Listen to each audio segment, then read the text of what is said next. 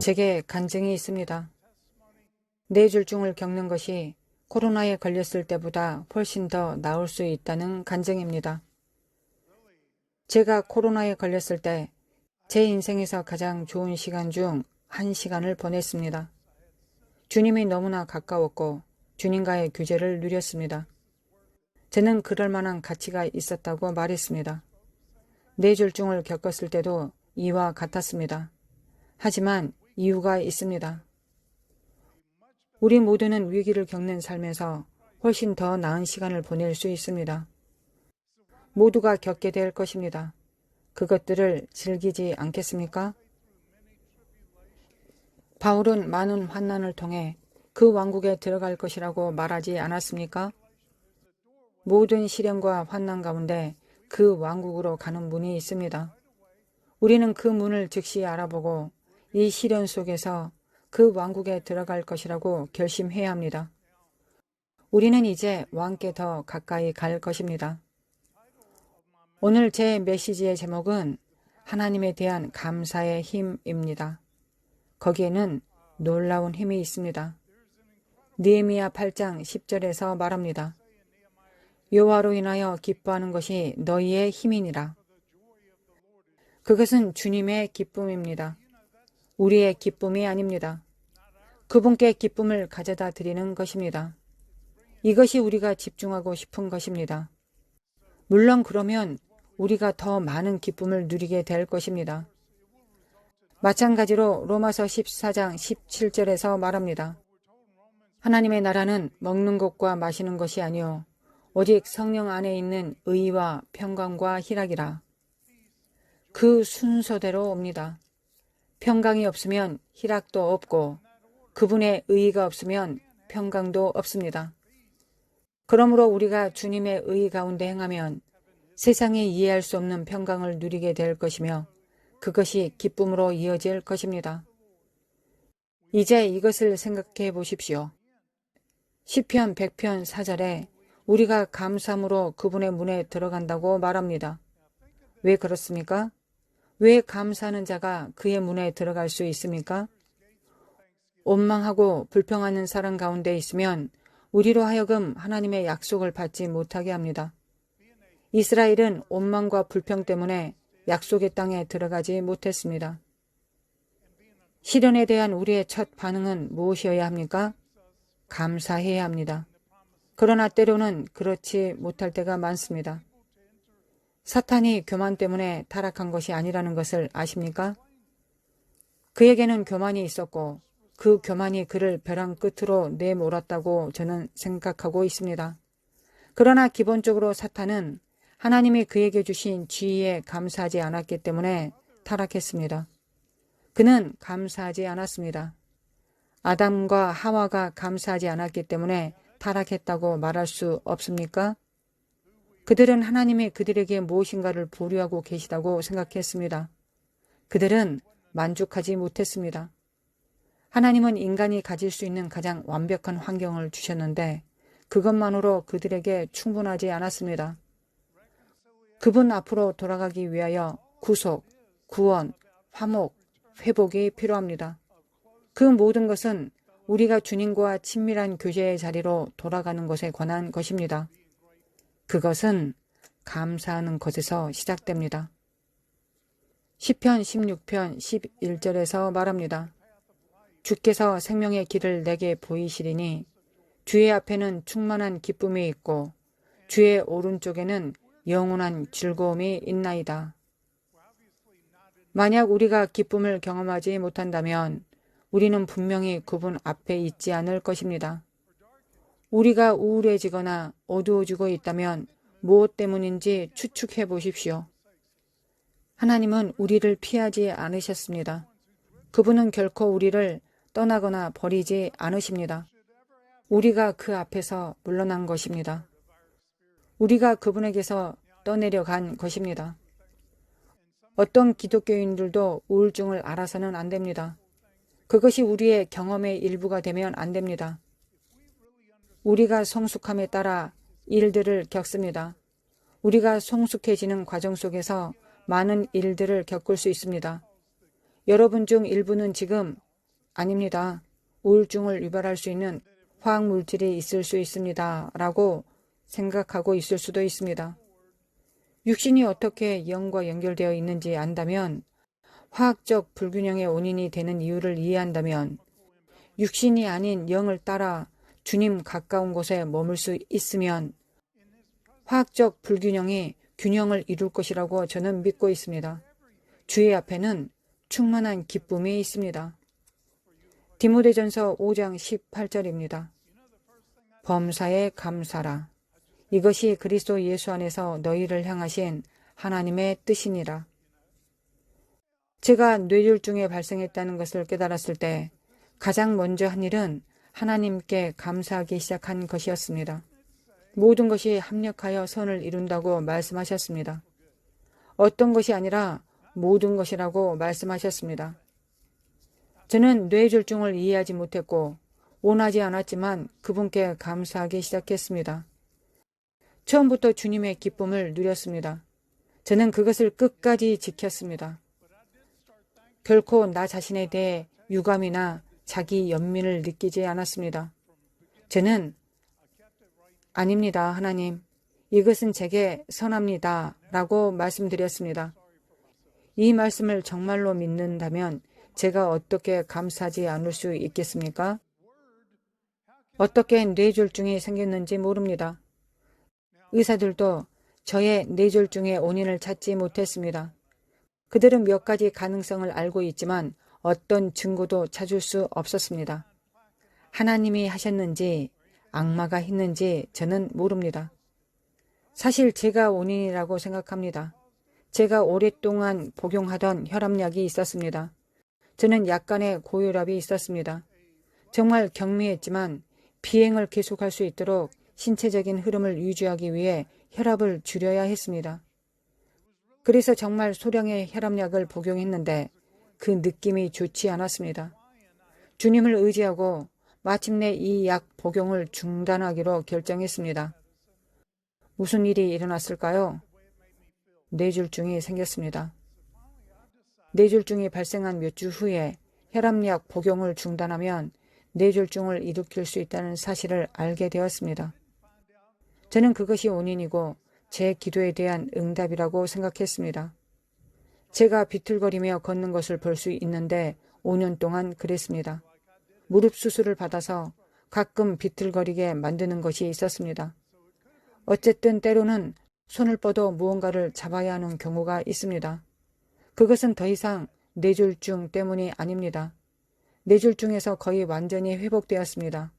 전보다 나아졌고 힘도 있고 모든 것이 더 좋아졌습니다. 물론 어떤 면에서는 여전히 소퉁 것이 있습니다. 그러나 어쨌든 저는 주님과 정말 좋은 시간을 보냈고 그것이 모든 것을 가치 있게 만드는 가장 중요한 요소입니다. 제가 이렇게 멋진 것을 하게 만든 가장 중요한 것이 무엇인지 아실 것입니다. 저를 느리게 한 것입니다. 셔츠 단추를 채우는데 시간이 좀 걸릴 수 있습니다. 모든 것의 속도가 느려졌습니다. 제가 몇 년 전에 말씀드린 것을 기억하십니까? 주님이 제게 조급함이 가장 큰 결점이며 그분이 다루어야 할 가장 큰 문제라고 말씀하셨습니다. 저는 기도하고 또 기도했고 주님께 도움을 구했습니다. 주님은 제 기도에 응답하셨습니다. 제가 가게에 가거나 차를 타고 어디를 갈 때마다 그랬습니다.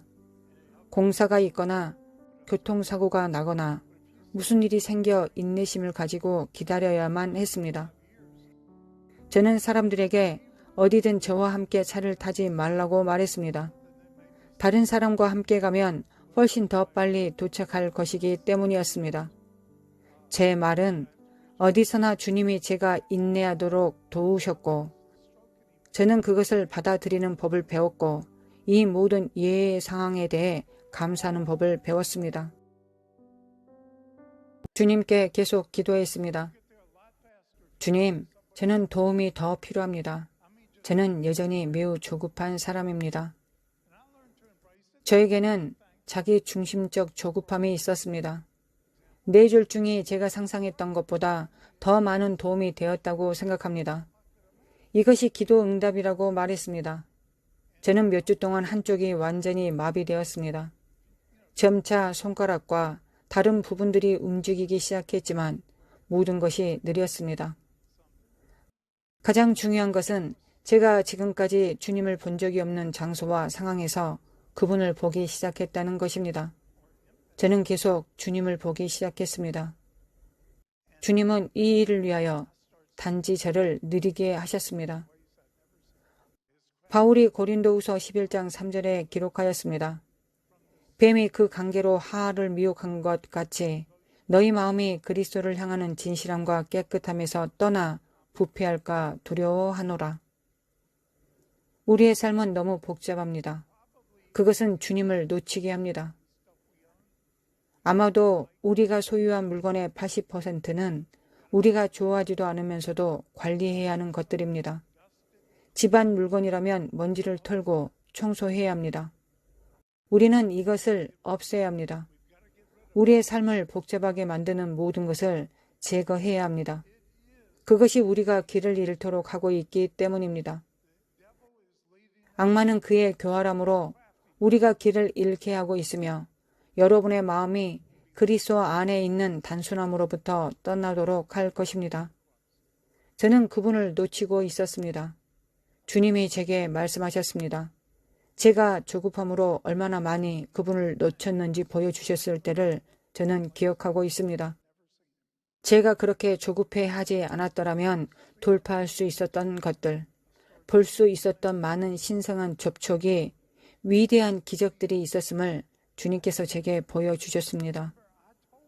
그 다음 그분이 말씀하신 것이 뭔지 아십니까? 그것은 대부분의 나의 백성들보다 훨씬 더 낫고 훨씬 더 많다라고 하신 말씀입니다. 주님은 조급함이 어떻게 우리를 강탈하는지 보여주셨습니다.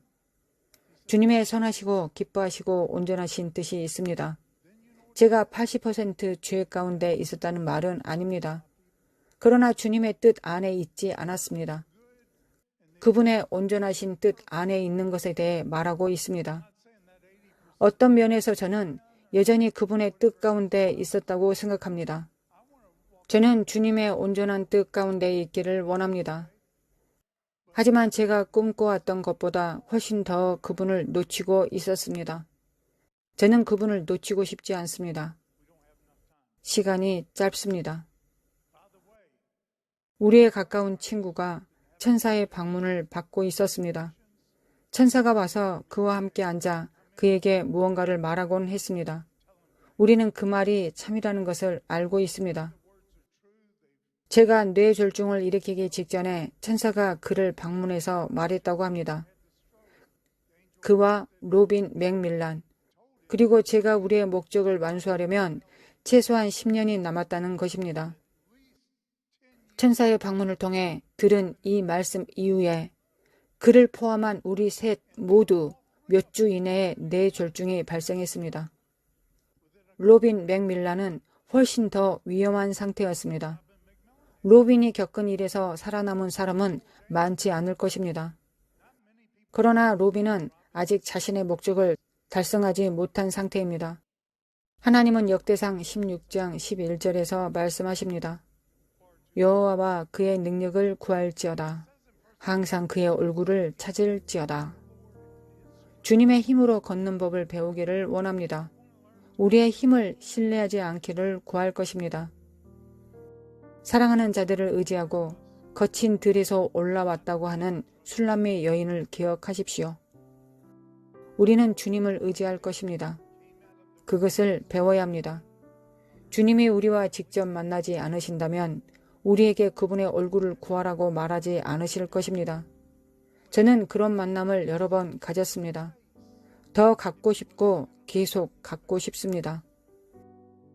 제가 하고 있는 모든 것과 제가 가고 있는 모든 곳에서 계속 주님을 보고 싶습니다. 이것이 주님의 기쁨이고 당신의 힘입니다. 주님 앞에는 충만한 기쁨이 있습니다. 우리가 기쁨을 경험하고 있지 않으면 우리는 그분에게서 떠내려 가게 될 것입니다. 주님이 떠내려 가지 않으십니다. 우리가 그분 앞에서 떠내려 갈 것입니다. 그래서 결국 우리는 항상 그분께 돌아가야 합니다. 이제 제가 40년 넘게 나누어온 말씀인데 주님께서 여러분과 다시 나누어야 한다고 말씀하셨습니다. 난파를 피하는 방법입니다. 제 인생에서 몇 번의 난파를 겪었습니다. 살아남았지만 재산을 잃었고 많은 것들을 잃었습니다. 어쨌든 별로 필요하지 않은 많은 것들이었습니다. 우리는 불필요한 난파를 계속 겪기를 원하지 않을 것입니다. 난파에서 그것을 잃은 것보다 주님의 말씀을 듣고 우리가 드려야 할 것을 그분께 드리는 것이 훨씬 더 낫습니다. 난파로부터 우리를 지켜줄 수 있는 4가지 포인트를 여기서 나누겠습니다. 이 같은 것들은 제가 겪은 모든 난파의 원인이기도 하였습니다. 이 4가지 요소는 제가 알고 있는 모든 난파의 일부였으며 다른 사람들도 동일한 요인으로 난파하게 만들었습니다. 디모데전서 1장 18절부터 19절입니다. 아들 디모데야, 내가 내게 이 교훈으로서 명하노니 전에 너를 지도한 예언을 따라 그것으로 선한 싸움을 싸우며. 이것이 바로 우리가 하도록 배워야 하는 한 가지입니다. 예언을 받으면 싸움을 치르게 된다는 의미입니다. 싸워야 할 일이 생깁니다. 싸울 준비를 해야 하고 당신의 예언을 가지고 싸워야 합니다. 믿음과 착한 양심을 가지라.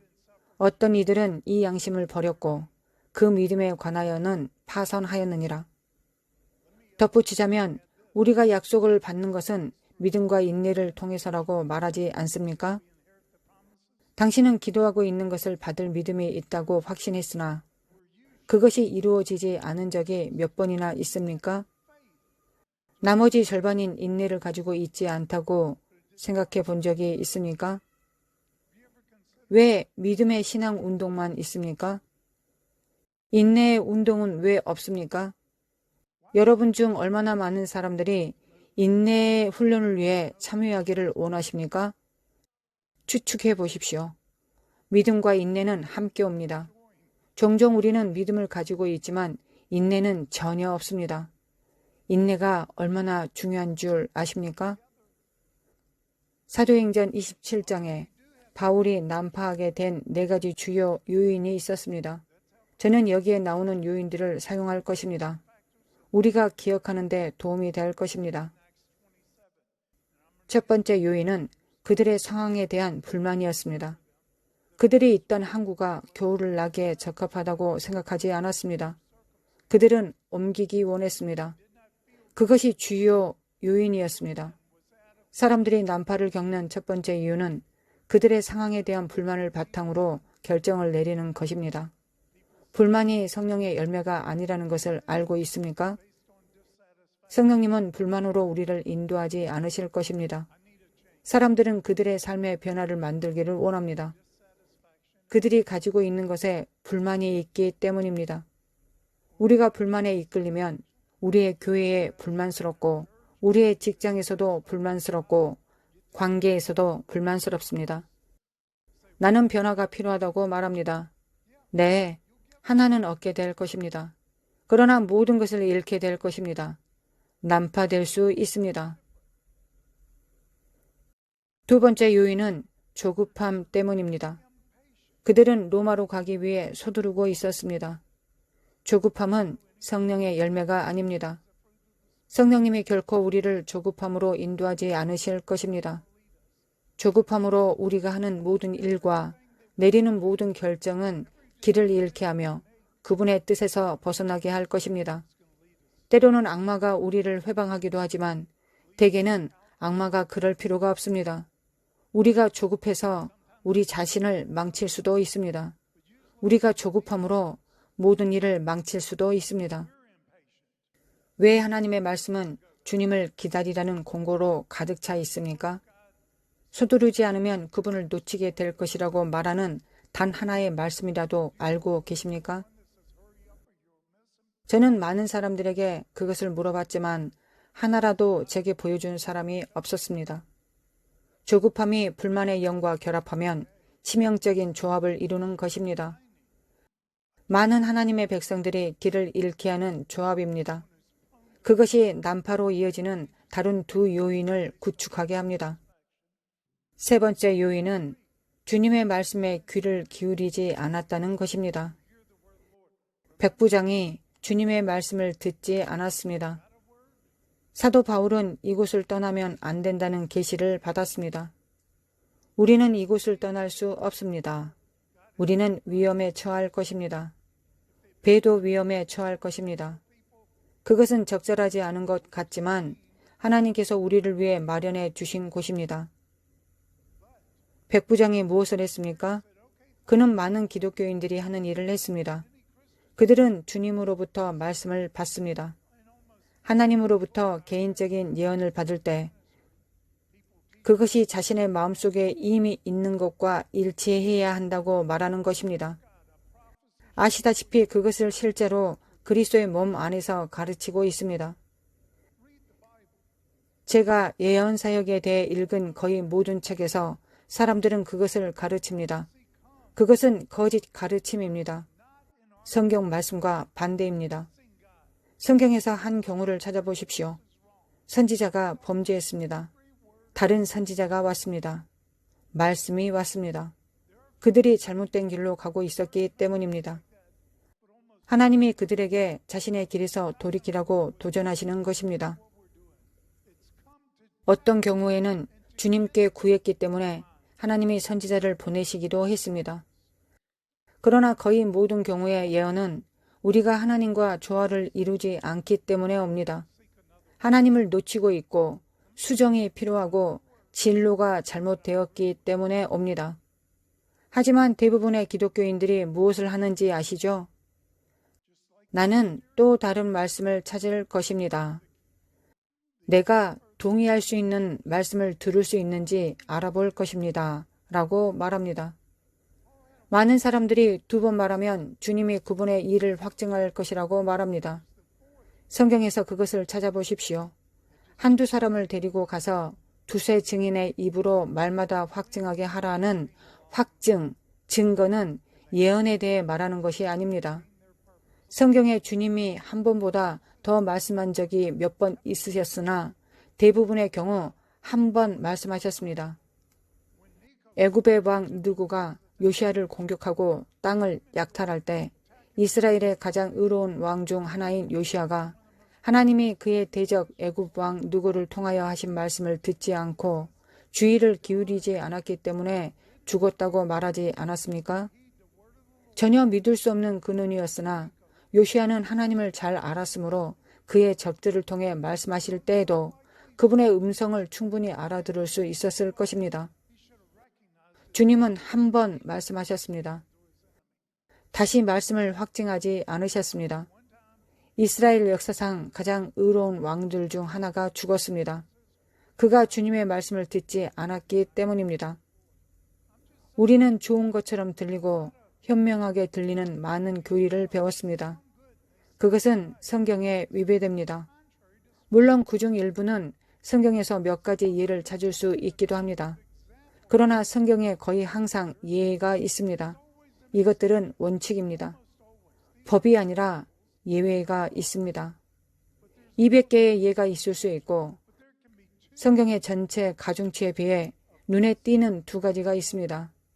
기독교인은 그 두 가지를 붙잡을 것입니다. 거기에 증거가 있고 예의가 있을 수도 있습니다. 그러나 저는 천국에서 오는 매우 높은 수준의 증거 없이는 예외를 받아들이지 않을 것입니다. 우리는 성경의 가중치로 가야 합니다.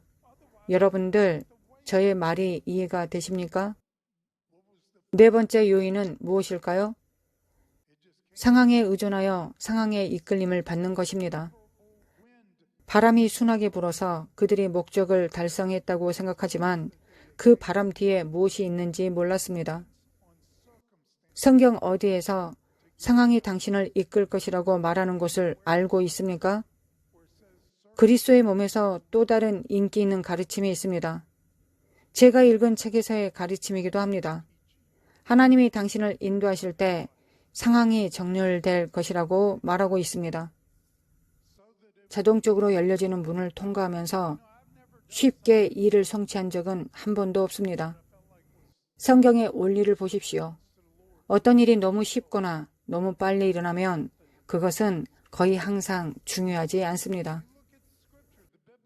성경에 나오는 하나님의 위대한 부르심을 보십시오. 인내가 필요했습니다.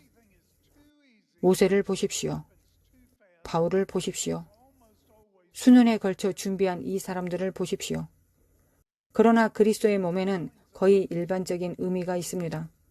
사람들은 항상 저에게 와서 일이 얼마나 쉬웠는지 하나님이 하셨음에 틀림없다고 간증합니다. 계시록의 7교회 모두에게 하시는 그분의 호소가 왜 이기는 자들이었을까요? 우리가 그분의 뜻을 행하기 위해 이겨야 할 어떤 것이 있을 것이기 때문입니다. 이것은 많은 그리스도인들이 그분의 뜻에서 벗어나게 하고 당연히 궤도에서 벗어나게 합니다. 올해 MSU에 들어오는 예비 학생들과 얘기를 했습니다. 얼마나 힘들었는지에 대해 말했습니다. 그들은 자신의 삶 속에서 모든 것이 자신에게 불리하게 다가오는 것 같았고 정말 많은 상처를 입었다고 저에게 말했습니다. 저는 그들에게 말했습니다. 그래서 당신이 여기 있게 되었다. 우리의 모든 학생들로부터 발견합니다. 그들은 믿을 수 없는 문제들을 겪었고 그것들을 이기고 여기에 왔습니다. 그런 종류의 일에 굴복하는 사람들은 여기서 원하지 않습니다. 제 말은 주님이 그들을 원하시면 우리도 그들을 원한다는 뜻입니다. 그들 중 일부는 주님이 다른 학생들을 도울 수 있는 프로젝트로 보내집니다. 우리는 사역에 있습니다. 우리는 이기는 자를 찾고 있습니다. 우리는 영향력이 큰 사람을 찾고 있습니다. 그들은 장비를 갖추고 다른 사람을 준비하는 데 도움을 줄 수 있는 사람입니다. 다음은 장애물에 대응하는 4가지 방식입니다. 왼쪽 화살표는 앞에 장애물이 있으면 거기에서 멈춥니다. 많은 기독교인들은 어려우면 하나님이 아니시라는 마음가짐을 가지고 있습니다. 저는 그 반대가 진짜라고 생각합니다.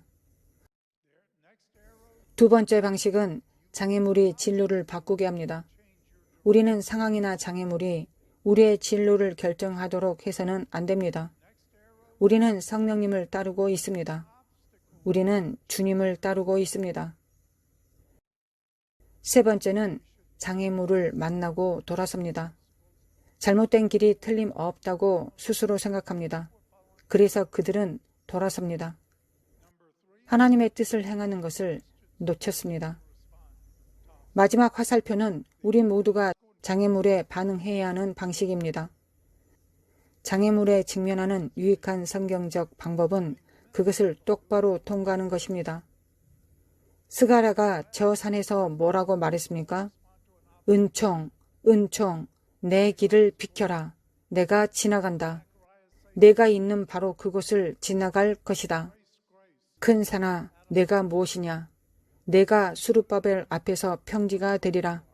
그가 머릿돌을 내놓을 때에 무리가 외치기를 은총, 은총이 그에게 있을지어다 하리라. 스가랴서 4장 7절. 우리가 원한다면 그것들이 움직일 것이라는 것을 알게 될 것입니다. 우리는 상황에 계속해서 이끌릴 수 없습니다. 고린도후서 2장 14절입니다. 항상 우리를 그리스도 안에서 이기게 하시는 하나님께 감사하노라. 우리가 인생에서 패배를 경험했다면 하나님을 따르지 않았기 때문입니다. 우리가 그분을 따른다면 항상 승리를 경험하게 될 것입니다. 때때로 부상당하는 전쟁이 될 수도 있습니다. 사상자도 있지만 승리할 것입니다. 우리는 승자의 사고방식을 가져야 합니다. 결심해야 합니다. 만왕의 왕을 따를 것이다. 그분이 항상 승리로 우리를 인도하신다. 우리는 패배를 용납하지 않을 것이다. 다윗이 여부수 사람에게 무엇을 행했습니까?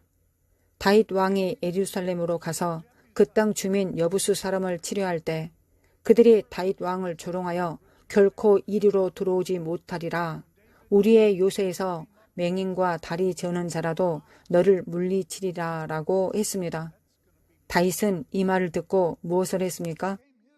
그것이 나의 요새가 될 것이다 라고 말했고 그것이 그의 수도가 되었습니다. 다윗이 그것을 차지했습니다. 우리의 삶에서 우리를 조롱하는 것들이 있다는 것을 배워야 합니다. 그것은 우리가 이겨야 할 것입니다. 그것은 우리의 거점이 될 것입니다. C.S. 루이스의 천국과 지옥의 이윤이라는 책을 읽어본 적이 있습니까? 제가 가장 좋아하는 책 중 하나입니다. 사람들이 천국과 지옥의 경계에 있었고 천국에 들어가려고 노력했습니다. 한 사람이 말을 타고 그 경계 위로 왔는데 천사가 당신의 어깨에 있는 악마와 여기에 같이 올 수 없다고 말했습니다. 그의 어깨에 악마가 있었고 그는 그 악마와 함께 왕국으로 들어오기를 원했습니다. 천사는 그럴 수 없다고 말했습니다.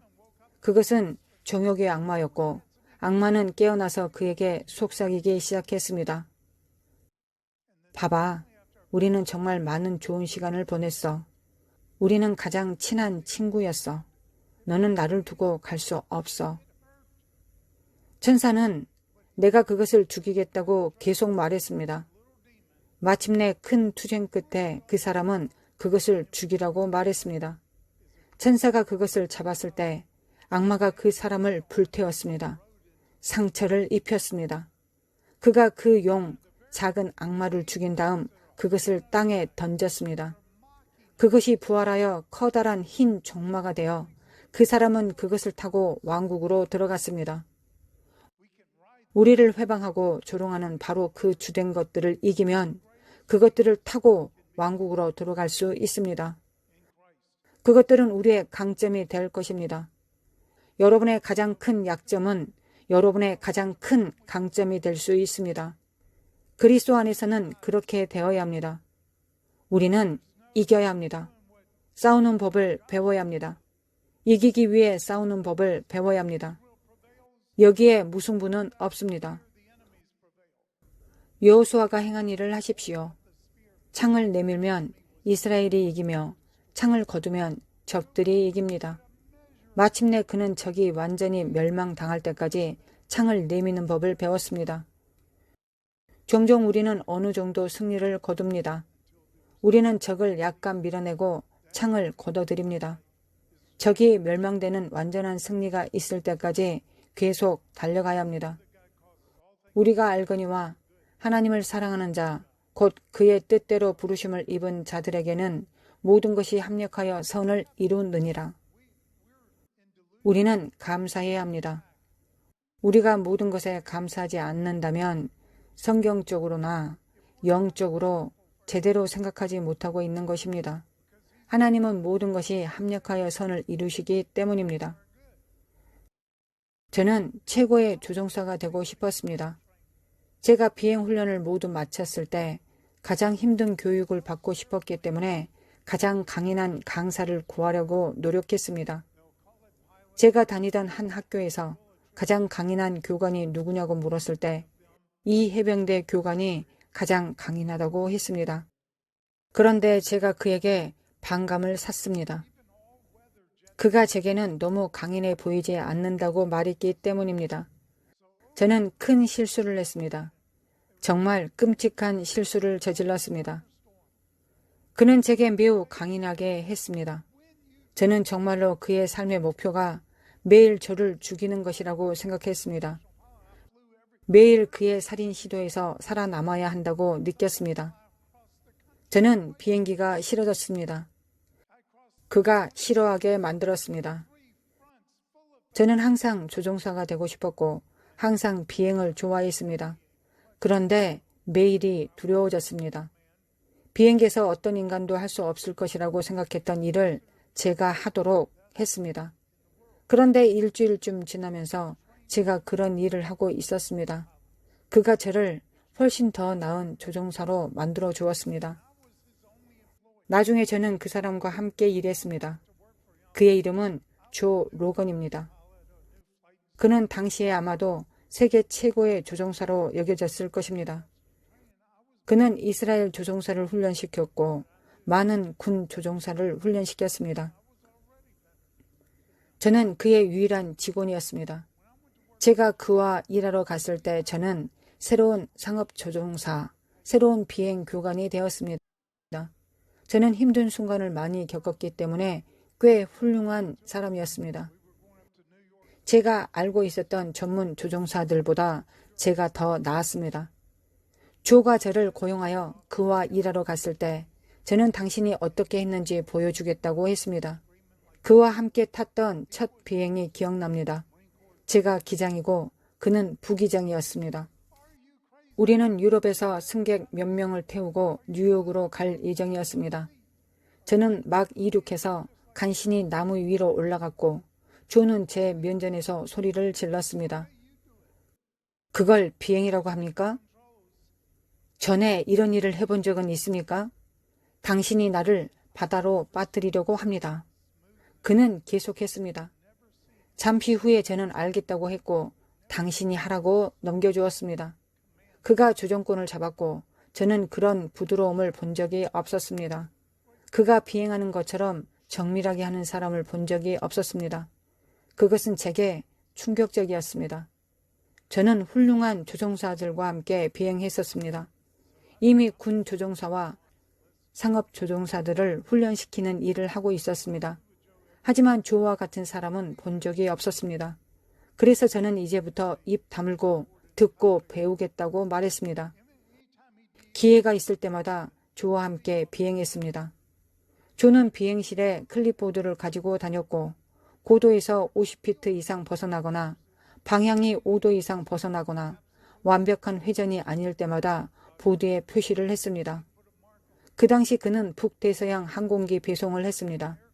그는 새 비행기를 남아프리카, 사우디아라비아 등 모든 장소에 배송했습니다. 그는 자동 조종 장치를 사용하지 않았습니다. 그는 자동 조종 장치는 겁쟁이들을 위한 것이라고 말했습니다. 그는 내내 수동으로 비행했습니다. 그는 최고의 자동 조종 장치보다 더 부드럽게 비행할 수 있었습니다. 저는 그에게 보드에 몇 개의 표시를 했는지 물었습니다. 그는 처음에 남아프리카에 도착했는데 보드에 200개의 표시가 있었다고 말했습니다. 조종사였던 사람이라면 모든 기상 조건과 낭규류 속에서 그런 거리를 수동으로 비행한다는 것은 사실상 불가능하다는 것을 알 것입니다. 200개의 표시도 거의 기적에 가깝습니다. 가장 최근에 몇 개를 표시했는지 물었더니 2개라고 했습니다. 조는 만족하지 않았습니다. 자신이 더 잘할 수 있다는 것을 안다고 했습니다. 그는 비행기에 탈 때마다 이번에는 지난번보다 더 잘 비행할 것이다 라고 말했습니다. 저도 똑같이 하기 시작했습니다. 제가 비행할 때마다 더 나아지기 위해 조가 했던 것과 같은 일을 했습니다. 그것이 바로 우리가 이 삶에 접근해야 하는 방법이라고 생각합니다. 우리는 최고의 훈련이 필요합니다. 왕 중의 왕은 최고를 받으실 만 하신 분이십니다. 우리는 그분을 위해 최고가 되어야 합니다. 우리는 최고가 되어야 합니다.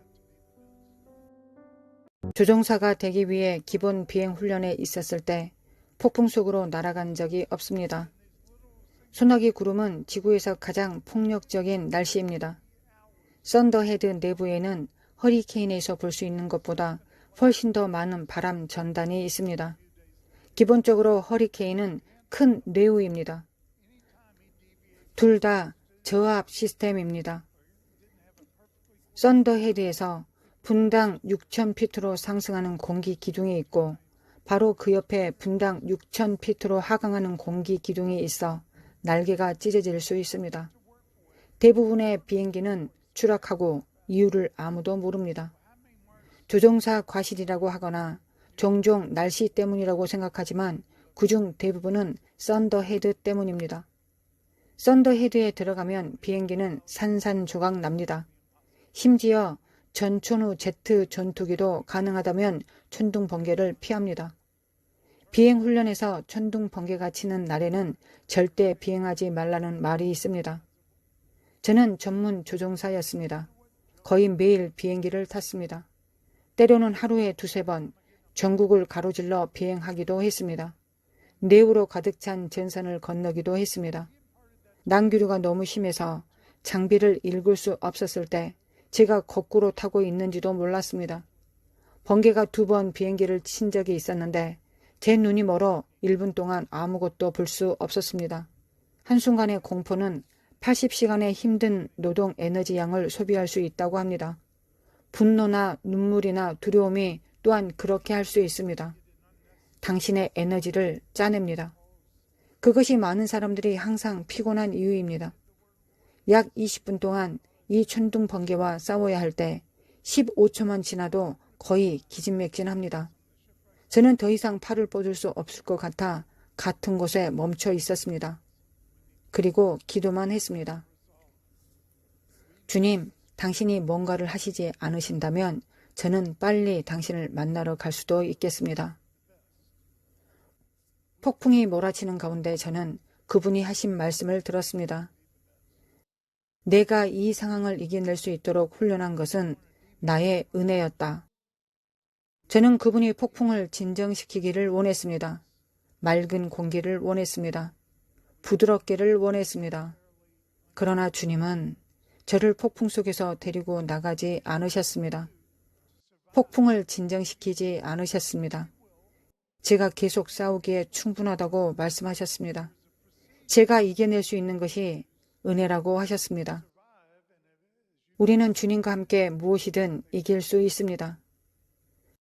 저는 10년에서 15년 짧은 전문 비행 경력에 많은 긴급 상황을 겪었습니다. 저는 그것들을 다루기 시작했습니다. 이것이 훈련입니다. 여러분이 무슨 일을 겪고 있든지 상관없습니다. 먼저 여호사밧을 생각하십시오. 그는 믿을 수 없는 폭풍에 직면했고 그의 온 나라가 전멸당했습니다. 그는 멈췄고 다윗 왕이 했던 일을 했습니다. 긴급 상황에 직면할 때마다 그는 주님께 물었습니다. 주님, 당신의 목적이 무엇입니까? 당신은 이 폭풍을 통해 제게 어떤 일을 하시려고 하십니까? 우리는 그 목적에 주님과 정렬되어야 합니다.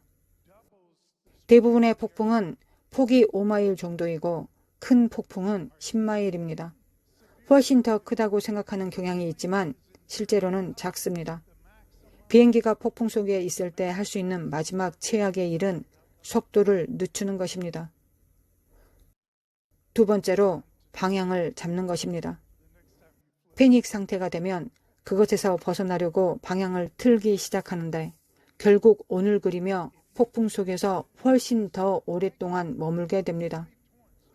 폭풍을 통과하는 가장 빠른 방법은 직진하는 것입니다.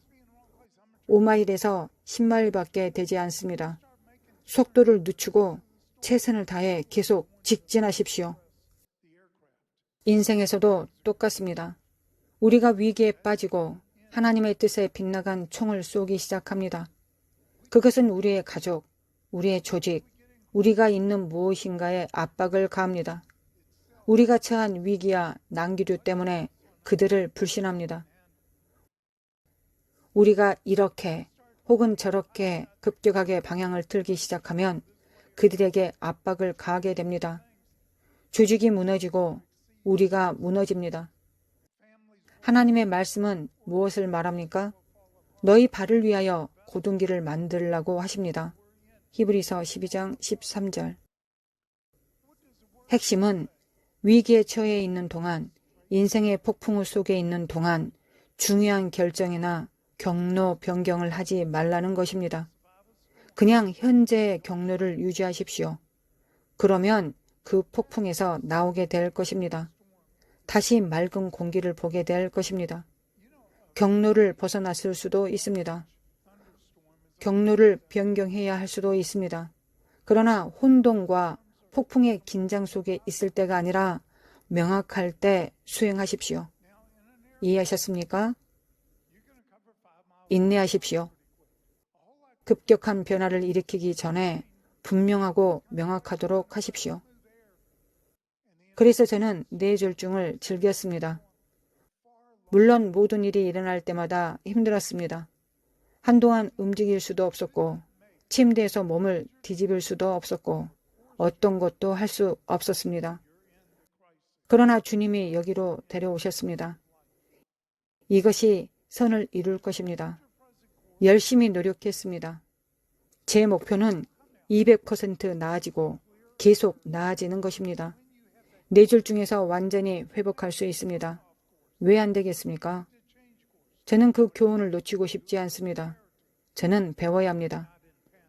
제게 모든 것이 더 힘들지만 그것에 대해 감사할 것입니다. 심판받지 않도록 스스로를 판단하십시오. 저는 주님께 도움을 구합니다. 저는 도움이 필요합니다. 무엇이든지 제가 했어야 했던 것처럼 자신을 훈련하고 있지 않았기 때문입니다. 주님은 저를 도와주셨습니다. 매우 은혜롭고 멋지게 그것을 해주셨습니다. 저는 그것에 대해 매우 감사합니다. 제가 겪은 일을 여러분이 겪을 필요는 없습니다. 자신을 훈련하십시오. 인내할 것이라고 스스로 결심하십시오. 난파의 요인이 되는 4가지가 무엇입니까? 불만이 당신의 삶을 지배하지 못하게 하십시오.